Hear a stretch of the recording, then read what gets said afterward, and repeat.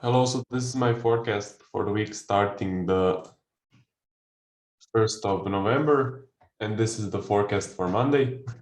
So let's go over the euro and the US dollar. What we had was we had this flat range, then we had an impulse up, we had a continuation formation right here, so a bomb, which I entered on this candle and then got stopped out, but it was a good trade and it did fit my plan. Then we had a huge impulse move down that broke the low and had continuation. We also had another bomb right here, so another continuation pattern, but I didn't enter this one because it didn't fit my plan because of this big impulse up. So I saw momentum here, I saw a momentum shift and stayed out of this trade. So currently we are just ranging between the low and the high, and I can forecast that we will just continue ranging.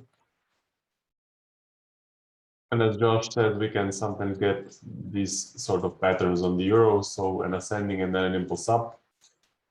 We will see what happens, but I am looking for an impulse either up and then a continuation trade, or I would like to see a impulse to the downside, then enter a continuation. But the price really needs to move away from this sort of range and this high and this low and give me a good impulse. So the Aussie is a little bit of a different story. We have this huge range, so just ascending into descending, breaking the highs, retracing, breaking the lows, retracing, just a huge range. And currently we do have this descending structure, so we broke the low, retraced, broke the low, retraced, again broke the low and retraced. Then we got an impulse to the upside, but it was a very weak close, so I didn't enter it. But depending on how this candle will look like, I will look for a trade. So I'm looking for a further impulse, and then I will enter a continuation bullet. But it does need to fit my plan and have a clean close to the upside.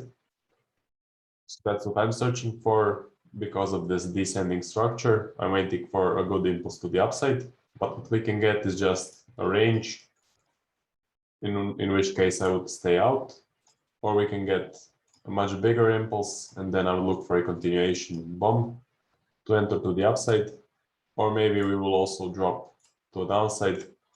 Then I will look for a continuation bomb to the downside, or maybe we will just continue with a descending structure and then have an impulse to the upside, in which case I will look for a bullet continuation or bomb continuation, because we know when we get a descending, an upside move is high probability.